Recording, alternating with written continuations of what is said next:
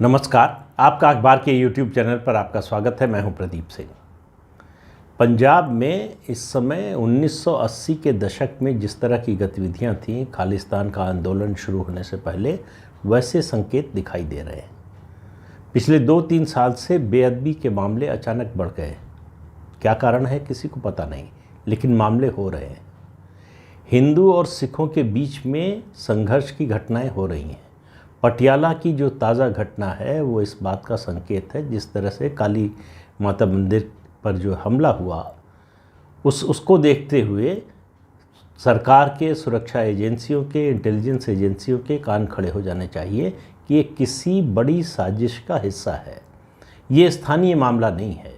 SJF जो है, Sikh for justice, SFJ जो सिख फॉर जस्टिस है संस्था, जो खालिस्तान का आंदोलन चलाती है, उसके अगर नेता ये कहते हैं कि 29 अप्रैल को खालिस्तान दिवस पंजाब में मनाया जाए, तो इसका मतलब है कि उनको वहाँ ज़मीन पर कुछ तो समर्थन मिल रहा है। उसका विरोध होता है तो उस पर हमला होता है। तो ये जो गतिविधियाँ हुई हैं, ये इस बात का संकेत हैं कि पंजाब की स्थिति को, पंजाब के माहौल को बिगाड़ने की कोशिश हो रही है। इसमें बड़ी भूमिका पंथिक सिंपथाइजर्स जो हैं, वो जो खालिस्तानी तत्वों के प्रति दिखा रहे हैं, उनकी है। आप देखिए किस तरह से लाल किला पर जो हुआ, जो कांड, उसमें दीप सिद्धू की जो भूमिका थी, उसको लेकर दीप सिद्धू को भिंडरावाले की तरह नायक बनाने की कोशिश हो रही है, खलनायक को नायक बनाने की कोशिश हो रही है। लेकिन अभी इस समय जो है SGPC बरजिंदर सिंह परवाना का साथ दे रही है, जिसको पटियाला की घटना के सिलसिले में गिरफ्तार किया गया है। वो घोषित रूप से खालिस्तानी समर्थक है। तो इसलिए चिंता और बढ़ जाती है। जो रवैया है SGPC का, वो सबसे ज़्यादा चिंता में डालने वाला है। इस सब को देखते हुए मन में एक सवाल उठता है कि क्या प्रधानमंत्री नरेंद्र मोदी ने पिछले 8 साल में सिख समुदाय को ज़रूरत से ज़्यादा खुश करने की कोशिश की? क्या ज़्यादा इन्वेस्टमेंट कर दिया? सवाल यह है कि ज़्यादा इन्वेस्टमेंट कर भी दिया तो उसका रिटर्न क्या मिला? वो चिंता की बात ज़्यादा है। ज़्यादा हो जाए किसी समुदाय के लिए, किसी समाज के लिए, ये इसमें कोई एतराज़ की बात नहीं है। लेकिन उसका रिटर्न, उसका जवाब, उसका प्रतिफल क्या मिल रहा है, सवाल इसका है। प्रधानमंत्री ने पिछले 8 सालों में बहुत से काम किए हैं, उससे पहले भी करते रहे हैं। वो जब मुख्यमंत्री नहीं थे तब भी करते रहे हैं, और मुख्यमंत्री होने पर भी, और प्रधानमंत्री बनने के बाद तो बहुत कुछ किया है। करतारपुर साहब कॉरिडोर खुलवाने में उनकी सबसे अहम भूमिका रही।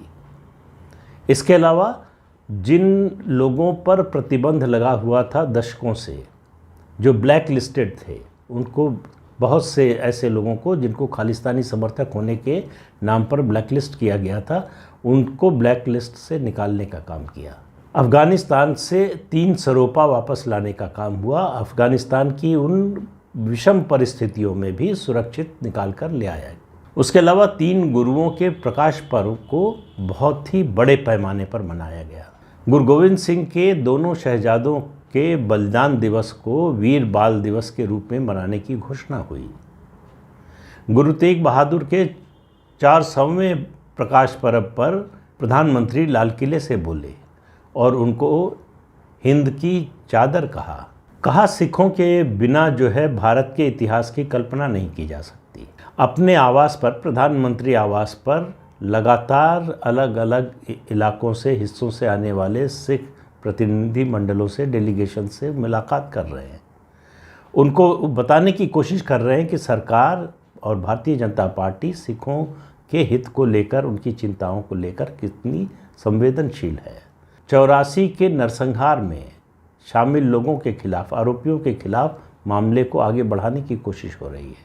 ये सारे काम प्रधानमंत्री की ओर से, भाजपा की ओर से, केंद्र सरकार की ओर से हो रहा है। किसान आंदोलन, कथित किसान आंदोलन के दौरान जब ये हुआ कि पंजाब में इसका फ़ायदा कुछ लोग उठा सकते हैं, सिख समुदाय को भड़काने के लिए, उसमें उनके बीच में एक गलत संदेश देने के लिए, सरकार ने सही होते हुए भी तीनों कृषि कानून वापस ले लिए।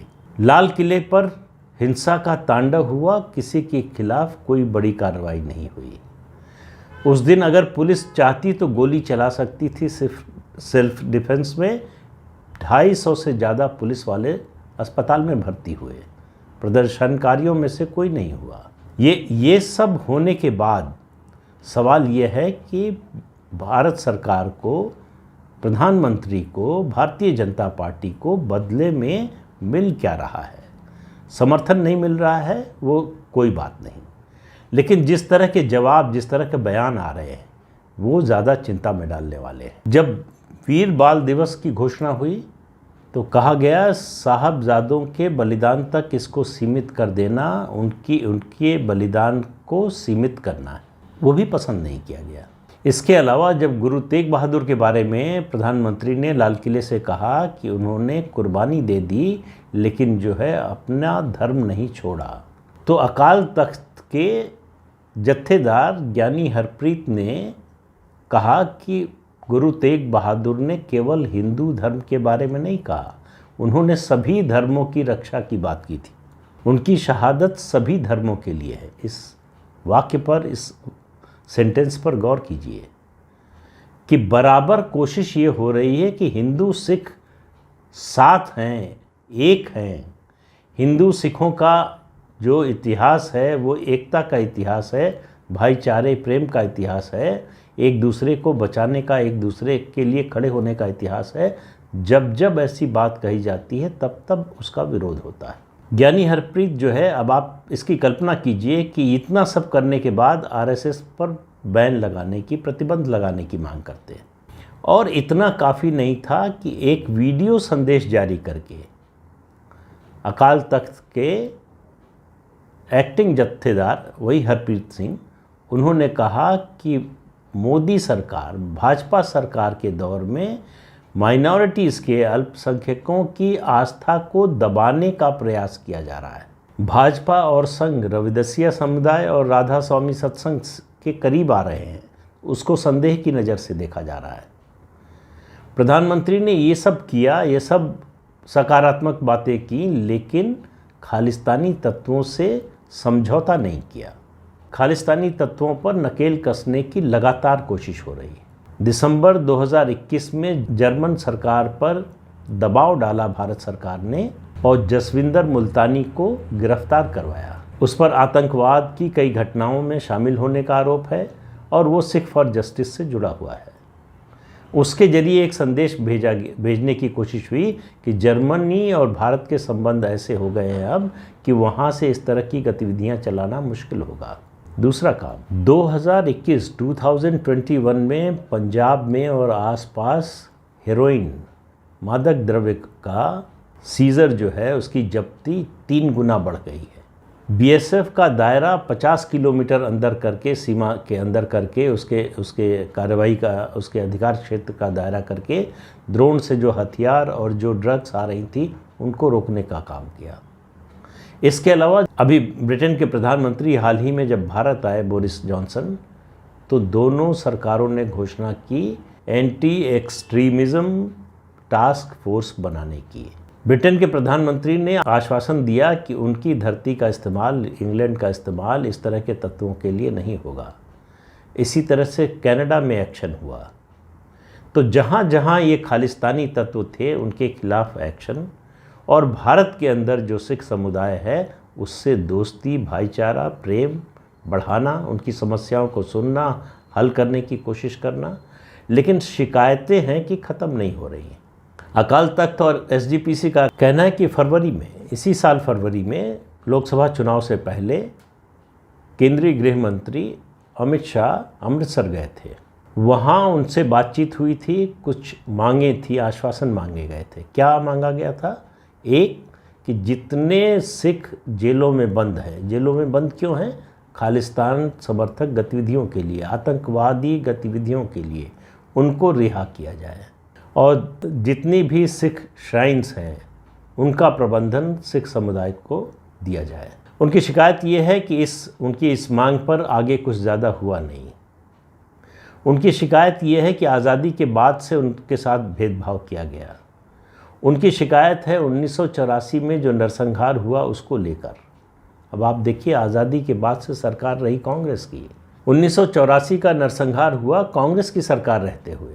उसमें शामिल थे कांग्रेसी। 3,500 से ज़्यादा सिखों को जिंदा जला दिया गया दिल्ली में, देश की राजधानी में। पुलिस ने ना एक लाठी चलाई, ना आंसू गैस का गोला छोड़ा, ना कोई एफआईआर दर्ज की।